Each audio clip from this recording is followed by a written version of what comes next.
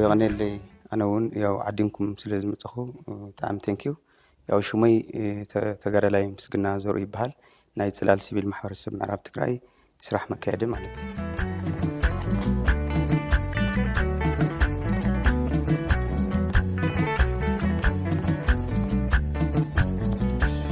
ياو هو تبغ ياو بزحجي ساعات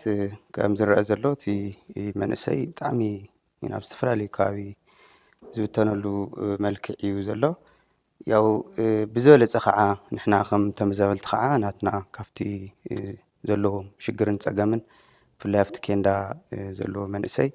بستفل عليه ملك تي تصفاتات من نقرصه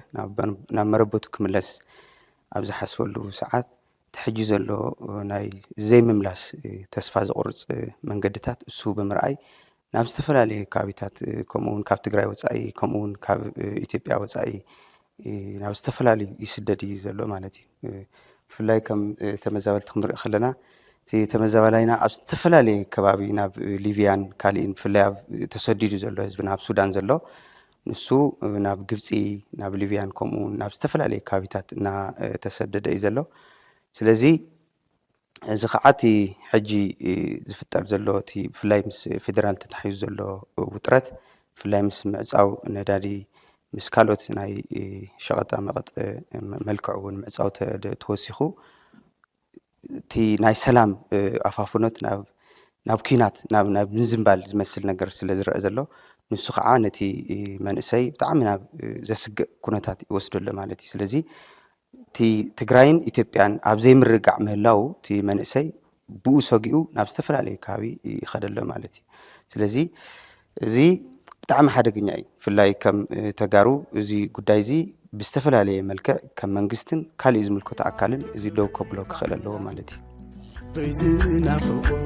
እስከ ኸዚንላ ማየ ወለላ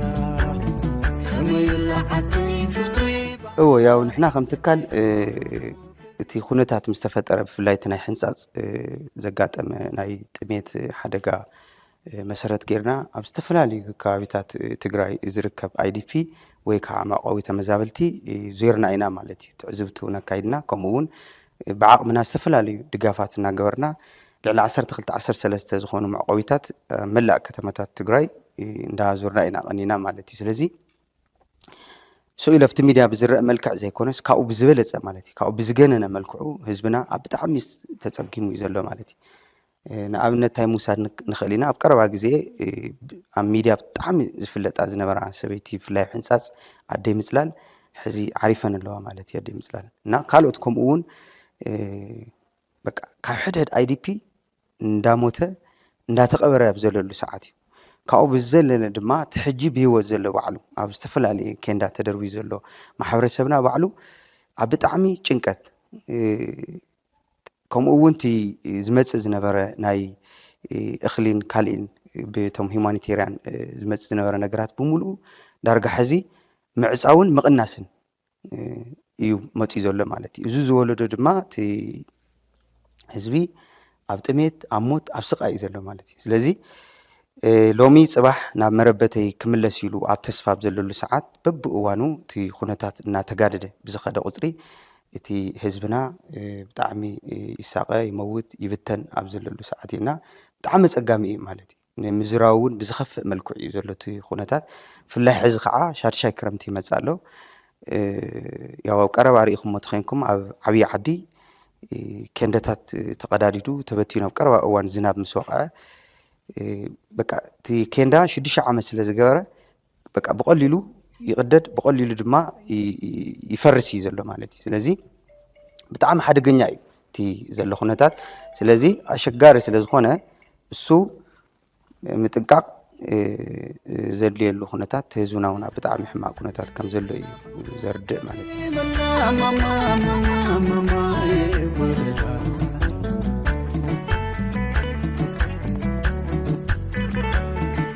هو حزتي وعلي بوانا نت تي وعلي أو مسارته تي تمزبلاي بسرعة كملسي لذي توعلي زملاخت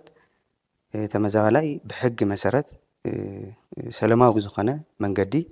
كله بيستعمل ملكة ከምኡውን ዓለም ለኸ ናይ ምምላስ ሕግታት እውን ብዘማልአ መልክዑ ብስርዓት ክምለስ እዩ ዘመላኽት ማለት እዩ ስለዚ ተውዕሊ እቲ ተመዛባላይ እውን በቲ ውዕሊ መሰረት ክምለስ እዩ ዝደሊ ምክንያቱ ንሳ እያ ዘላታ ኣብ መንጎ ፌደራልን ኣብ መንጎ ትግራይን ዘሎ ርክብና እታ ውዕል እያ ንሳ ከዓ ከም ሓደ ዓብዪ ናይ ሕጊ መሰረት ተጊራ ስለ ትውሰድ እሱ በታ ውዕሊ መሰረት እቲ ተመዛባላይ እውን ብስርዓት ክምለሰሉ ዝኽእል መንገድታት እዩ ትፅቢት ዝገብር ዘሎ ማለት እዩ ስለዚ እሱ ብዘይ ምምላስ እዩ እቲ ሕጂ በቲ ውዕሊ በቲ ሕጊ ወይ በቲ ውዕሊ ፕሪቶሪያ ክምለስ ብዘይ ምኽኣል እዩ እቲ ተስፋታት እውን ኣብ ምቑራፅ ዝመፅእ ዘሎ ማለት እዩ ስለዚ እቲ ውዕሊ ዓብዪ ትርጉም ዘለዎ እዩ ኮይኑ ግን ኣብዚ ሕጂ ሰዓት ክንርኢ ከለና ብዘይካ ካብታ ናይ መጀመርያ ኩናት እታ ጥይት ምትኳስ ደው ተዘይኮይኑ ካልእ ዘምፅኦ ረብሓ የለን ብፍላይ ኣብ ተመዛበልቲ ማለት እዩ ስለዚ ብዙሓት መንገድታት እዩ ዘለዎ እቲ ተመዛባላይ ብስርዓት ክምለሰሉ ዝኽእል መንገዲ ኮይኑ ግን ምንም እስካብ ሕጂ ጥብ ዝብል ኣብ ናይ ተመዛበልቲ ጉዳይ ምስ ምምላስ ተታሒዙ በቲ ውዕሊ መሰረት ዝተገበረ ነገር የለን ከም ዝፍለጥ ያው ኣብ ናይ ጸለምቲ ዝተጀመረ ነገር ነይሩ ኮይኑ ግን ብድሕሪኡ እቲ ኩነታት ያው ደው ኢሉ ማለት እዩ ብሩኽ ይኹን ይሕወ በሰላም ታሪኻ ዕዳ ኮይኑ ሕዚ እንታይ እዩ እቲ ብርግፅ እቲ ውዕሊ ንምትግባር ብዙሓት ነገራት እዮም ዘለዎ ምክንያቱ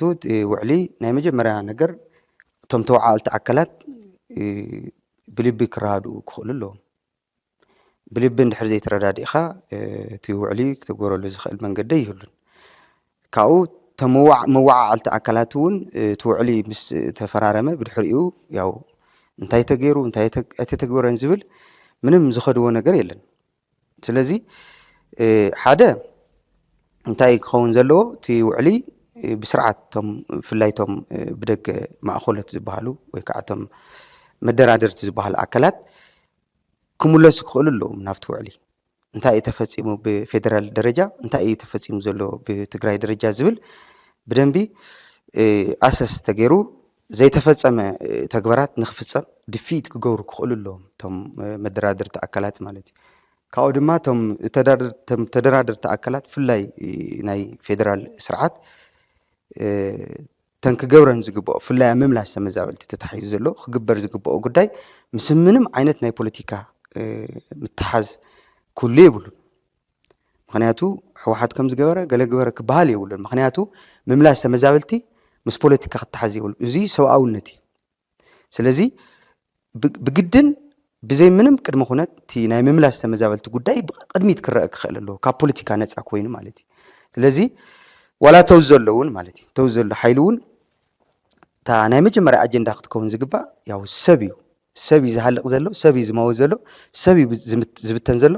ስለዚ እዚ መሰረት ተገይሩ ቅድሚያ ተራእዩ እዚ ክትግበር ዘለዎ ማለት እዩ ስለዚ እቶም ኩሎም እዞም ሰለስቲኦም ኣካላት እዚኣቶም ተናቢቦም ናብቲ ውዕሊ ፕሪቶሪያ ተመሊሶም እቲ ውዕሊ ፕሪቶሪያ ብውፅፅ ክትግበረሉ ዝኽእል መንገዲ ክመቻቸ ክኽእል ኣለዎ ማለት እዩ ስለዚ ሕዚ ካብ ምዝራብ ሓሊፉ እቲ ወረቐት ኦልሬዲ ምንም ትርጉም ዘለዎ ኣይኮነን ኮይኑ ዘሎ ማለት እዩ ዳርጋ ካብ ዝፍረም ናብ 3 ዓመት ገይሩ ኣሎ እንታይ እዩ ተፈፂሙ እንተኢልና ምንም ዝተገበረ ነገር የለን እንዲያውም ሕዚ ብዝገደደ ከዓ ሕዚ እቲ ናብ ዕፅዋ ብዘምስል መልክዑ እዩ ዝመፅእ ዘሎ እዚ ስኽን ኢልካ ተረጋጊዕካ ነገራት ናብ መፍትሒ ብልዝብ ክመፀሉ ዝኽእል መንገዲ ክኸውን ዘለዎ ዝብል ሓሳብ ኣለ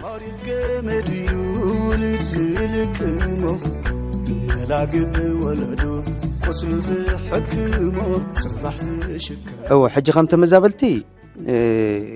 ያው እቲ ውዕሊ ክትግበር ያው ተፅዕኖ ምፍጣር እዩ ክኸውን ዘለዎ ከም ህዝቢ ትግራይ ከዓ ያው ሓድነት ወስጢሙ እቲ ውዕሊ ክትግበረሉ ዝኽእል መንገዲ ከመቻቸ ክኽእል ኣለዎ ብፍላይ ኣብ ዝሓለፈ ዝረኣናዮ ብፍላይ ምስ መረፃ ቦርድ ተታሒዙ ዝነበረ ኩነታት ያው ናብ ሓደ ዘምፅእ ኩነታት እዩ ተፈጢሩ ነይሩ ሽዑ ማለት እዩ ብሙሉእ ፖለቲካ ፓርቲ እቲ ዲያስፖራ ይኹን ወላተን ሲቪክ ማሕበራት ብሙሉአን ጉዳይ ምምላስ ግዝኣታዊ መሬት ትግራይ ይምልከተና እዩ ናብ ዝብል ኩነታት ኩሉ እቲ ህዝቢ ናብ ሓደ ብዘምፅእ መልክዕ እዩ እንትን ኮይኑ ስለዚ ሕዚ እውን ያው ሓድነትና ስጢምና ከም ተጋሩ ሓደ ኮይና ኣብ ምምላስ ብፍላይ ከዓ ኣብቲ ውዕሊ ፕሪቶሪያ ክትግበር ተፅዕኖ ምፍጣር የድል ማለት እዩ ስለዚ ናፍቲ ሓደ ክገብረና ዝኽእል ነገር ክንመጽእ ኣለና ኣፈላላይና ንጎኒ ገዲፍና ምስ ምምላስ ተመዛበልትን ከምኡውን ምስ ግዝኣታዊ ሓድነት ትግራይ ተታሒዙ እዚ ንኩሉ ትግራዋይ ከምኡውን ንኩሉ ፈታዊ ትግራይ ዝኾነ ኣካል ሓደ ክገብር ዝኽእል ኣጀንዳ እውን ስለ ዝኾነ ናብዚ ኣጀንዳ እዚ መጺኡ ሓደ ኮይና ነገራት ተጽዕኖ ጌርና ብፍላይ ናብ ፌደራል ክገብሮም ዝግባአን ከትጉሮም ዝኽእል ነገራት እውን ድፊት ክንገብር ክንክእል ኣለና ዝብል ሓሳብ ስደትና ቡን ዘብቃዕሉ ቃንዛ ክብክ እወ ያው ንሕና ከም ትካል ኣብ ምምላስ ተመዛበልቲ ዘለና ቁዋም ፍሉጥ እዩ ህዝብና ክምለስ እንተኾይኑ መጀመርያ ክኸውን ዝግብኦ ኣብ ምዕራብ ትግራይ ዘይሕጋዊ ዕጡቕ ኣሎ ስለዚ እዚ ዘይሕጋዊ ዕጡቕ እዚ መጀመርያ ክፈርስ ክኽእል ኣለዎ ኢልና ኢና ንሓስብ ማለት እዩ ብምቕጻል ዘይሕጋዊ ምሕደር ኣሎ ሲሉ ብሓይሊ ዝሓዞ መሬት ብሓይሊ ዘመሓድሮ ኣካል ኣሎ እዚ እውን ብስርዓት ክፈርስ ክኽእል ኣለዎ ማለት እዩ ሶ እቲ ህዝብና ክምለስ እንተኾይኑ እቲ መጀመርያ እውን ብሓይሊ ዘባረረና ሓይሊ ትዕጡቕ ክፈርስ ኣለዎ ከምኡ እውን እቲ ባዕሉ ብኢዶ ወነኑ ዘመሓድሮ ዘሎ ኣካል እውን እቲ ኣብኡ ዘሎ ምሕደራ ክፈርስ ክኽእል ኣለዎ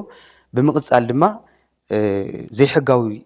ዝሰፈረ ኣካል እውን ኣሎ ኣብ ሕድሕድ ገዛ ማለት እዩ ኣብ ናይ ሕድሕድ ገዛ ተጋሩ ዘይሕጋዊ ኣካል ሰፊሩ ኣሎ ብፍላይ ኣብቲ መጀመርያ ዝነበረ ስቑኢሉ ህዝቢ እውን ይመጽእ ስለ ዝነበረ ናብ ሕድሕድ ናይ ዝተባረረ ህዝቢ ገዛ እዩ እናኣተወ ጸኒሑ ማለት እዩ ሕዚ እውን ንሰው እዩ ዘሎ ስለዚ ህዝብና ክምለስ እንተኾይኑ ተውኡ ኣብቲ ገዛይ ኣብቲ ሕድሕደው ዘሎ ትግራዋይ ገዝኡ ተታሒዝዎ ዘሎ ኣካል መጀመርያ እሱ ክወፅእ ክኽእል ኣለዎ ማለት እዩ ብድሕሪኡ ዘሎ እንታይ ኢና ንብል ከም ጽላል ምዕራብ ትግራይ ናይ ትግራይ እዩ ተጸዋዕነቱ ንትግራይ ክኸውን ኣለዎ ድላይ ኣካል የመሓድሮ ግን ተጸዋዕነቱ ንመን ክኸውን ክኽእል ኣለዎ ንትግራይ ክኸውን ኣለዎ ማለት እዩ ፕላስ ነቲ ግዝያዊ ምሕዳር ማለት እዩ ስለዚ እዚአን እንድሕር ኮይነን ህዝብና ክምለሰሉ ዝኽእል ዕድል ይኽእል እዩ ዝብል እምነት እዩ ዘለና ከም ትካል ማለት እዩ ካብኡ ንሕና ኣብዚ ጉዳይ ዝኸድናዮም ነገራት ብዙሓት እዮም ብፍላይ ብሰልፊ ደረጃ 2 ግዜ ሰልፊ ኣካይድና ኢና ብደገ ከዓ 3 ግዜ ኣብ ደገ ማለት እዩ ኣካይድና ኢና ያው ናይ ምምላስ ተጽዕኖ ንምፍጣር ዝተፈላለየ መልክዕ ከምኡውን ኣብ ጀኒቫ ናይ ዩኤን እንትን እውን ከም ትካል ተሳቲፍና ኢና ኣብኡ ማለት እዩ እቲ ናትና ቦምበር ኣብኡ ተሳቲፉ እዩ ብምቕጻል ዝተፈላለዩ እንትናት እዚ መግለጽታት ናውፃና ጸኒሕና ኢና ብፍላይ ምስ ናይ ጂኦግራፊ ናይ ምዕራብ ተታሒዙ ዝለዓሉ ጉዳያት ሹም ናይ ምቕያር ምስ ቢሮ ትምህርቲ ተታሒዙ ብቋንቋ ናይ ተው ዘሎ ህዝብና ብቋንቋ ናይ ዘይምምሃሩ ኩነታት ተታሒዙ ሹም ናይ ምቕያር እዚ ወልቃይት ጸገዴ ዝብል ሹም እሱ እውን ትኽክል ከም ዘይኮነ ብምግለጽ ደረጃ እንትን ጌርና ኢና ስለዚ ተደጋጋሚ ተጽዕኖ ብዝተፈላለየ መልክዕ ብሰልፍን ብምግለጽን መንገዲ ናካየድና ጸኒሕና ከምኡ እውን ምስ ግዝያዊ ምሕዳር ምስ ሕወሓት ጥራሕ ዘይኮነስ ምስ ኩሎም ፖለቲካዊ ፓርቲታት እውን ርክባት እናገበርና ብፍላይ ኣብ ምምላስ ተመዛበልቲ ኣድሂብና ከምኡ እውን ምስ ፌደራል ያው ኣብ ዝሓለፈ ምስ ፌደራል እውን ርክብ ኣካይድና ኢና ኣብ ምምላስ ተመዛበልቲ ኣድሂቡ ዲስከስ ጌርና ኢና ስለዚ ምስተኻለ መጠን ያው እቲ ከም ሲቪክ ማሕበር ክንገብሮም ዝግብአና ነገራት ያው እናካየድና ኣለና ሕዚ እውን ያው ቃልስና ይቕጽል ኣሎ ማለት እዩ ዓደይ ሕልፎተይ ሰናይ ምን ዝናፍቕ ልበይ ሕዚ ኦልሬዲ ናብ ክረምቲ እውን ንመጽእ ኣለና ስለዚ ያው ህዝብና ካብቲ ዘለዎ ጽንተት ዕርዩ ዝገደደ ከይኸውን ብቁልጡፍ ኣብ ዝሓፀረ ግዜ ካብዚ ናብራ ኬንዳ ወፂኡ ናብ መረበቱ ክምለሰሉ ዝኽእል መንገድታት ክፍጠር ኣለዎ ብፌደራል ይኹን ብግዝያዊ ምሕዳር በቲ መንግስቲ ዝበሃል ኣካል እዚኦም ጉዳያት ቁልጡፍ ግዜ ዘይህቡ ጉዳያት እውን ስለ ዝኾኑ ብቁልጡፍ ናብዚ ጉዳይ እዚ ኣድህቦ ተገይሩ ትኩረት ተገይሩ ቀዳማይ ኣጀንዳ ኣብዛ ምምላስ ጥራሕ ክገብር ምክንያቱ ምምላስ እንተልና እቲ ህዝቢ እንተተመሊሱ እቲ መሬት እውን ብልክዕ ይምለስ ስለ ዘሎ ኣብዚ ጉዳይ እዚ ብትኩረት ተራእዩ ካፍቲ ዝሓለፈ ፅንተት ዕሩይ ብዝበኣሰ መልክዑ ብፍላይ ተመዛበልቲ ያው ንፀነት ኢና ዘለና ሕዚ ከዓ ብዝገደደ ከይንፀነት ብዝገደደ እውን ከይንጠፍእ ጠቕሊሉ እቲ ናይ ምዕራብ ኣጀንዳ እውን እቲ ህዝቢ እንተዘይሃልዩ እቲ ናይ ምዕራብ ኣጀንዳ ክጠፍእ እዩ ማለት እዩ እዚ ንሕና ኣብ ምጥፋእ ኢና ዘለና ጠቕሊልና ከይንጠፍእ ግን ብትኩረት ተራእዩ ብቁልጡፍ ተራእዩ ህዝብና ቅድሚ ዝኽረምቲ እዚ ቀልጢፉ ናብ መረበቱ ክምለሰሉ ዝኽእል መንገዲ ከናድኽ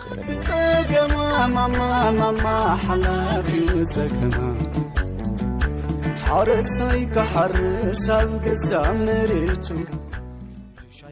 ሕዚ ከም ተጋሩ ኣጠቓላሊ እቲ ገጢሙና ዘሎ ፀገም ብጣዕሚ ከቢድ እዩ ስለዚ እዚ ፀገም እዚ ክፍታሕ እንተኮይኑ እቲ ዋና ጉዳይ ክኸውን ዝግብኦ ሓድነትና ክነጠናኸር ክንክእል ኣለና ኩሉ ትግራዋይ ኣብ ረብሓ ትግራይ መሰረት ገይሩ ክንቀሳቀስ ክኽእል ኣለዎ ስለዚ እዚ ክኸውን እንተኮይኑ ድማ መንግስቲ ማእኸሉ ረብሓ ትግራይ ክገብር ክኽእል ኣሎ ሚድያታት እውን ማእኸለን ረብሓ ትግራይ ክገብራ ክኽእል ኣለዎን እዚ እንድሕር ኮይኑ ከም ህዝቢ እውን ማእኸሉ ረብሓ ትግራይ ገይሩ ክንቀሳቀስ ክኽእል ኣለዎ ማለት እዩ ስለዚ እቲ ብፌደራል ደረጃ እውን ዝግበር ዘሎ ምንቅስቃስ ትክክል ኣይኮነን ብፍላይ ሕዚ ብበጀት ምዕፃው ነዳዲ ምዕፃው ካልኦት ጉዳያት ምዕፃው እውን ከም ህዝቢ ኣብ ህዝቢ ትግራይ ብታሪክ ደረጃ ዓብይ ፅልኢት እዩ ዝፈጥር ዘሎ ማለት እዩ ስለዚ እዚ ደው ከብል ክኽእል ኣለዎ ብፍላይ ናይ ፌደራል ስርዓት እቲ ዝግበር ዘሎ ምንቅስቃስ ትክክል ኣይኮነን ስለዚ እዚ ኣብ ምትግባር ውዕሊ ፕሪቶርያ ባዕሉ ብዋናነት ከም ፌደራል ክሰርሖ ዝግባእ ክሰርሕ ክኽእል ኣለዎ ካልኦት ጎና ጎኒ ዝግበሩ ጉዳያት ዘይኮነስ ካልኦት ናይ ፖለቲካ ሽርሒ ምስራሕ ዘይኮነስ ከም ኣካል ናይ ኢትዮጵያ እውን ንሕና ተጋሩ ተሓሲቡ ከምቲ ካሊእ ማንም ክልል ዝፍፀም ዘሎ ስራሕቲ ኣብ ናይ ዳግመ ህንፀት ይኹን ኣብ ሕውየት ይኹን ኣብ ካልኦት ጉዳያት ዝስራሕ ዘሎ ስራሕቲ ኣብ ትግራይ እውን ብልክዑ ከምኡ ተሰሪሑ ከም ህዝቢ ክርኤና ክኽእል ኣለዎ ብፍላይ ድማ ኣብቲ ውዕሊ ፕሪቶርያ ምፍፃም ኣብ ኢትዮጵያን ኣብ ትግራይን እውን ዓብይ ናይ ሰላም ፕሮግራም እውን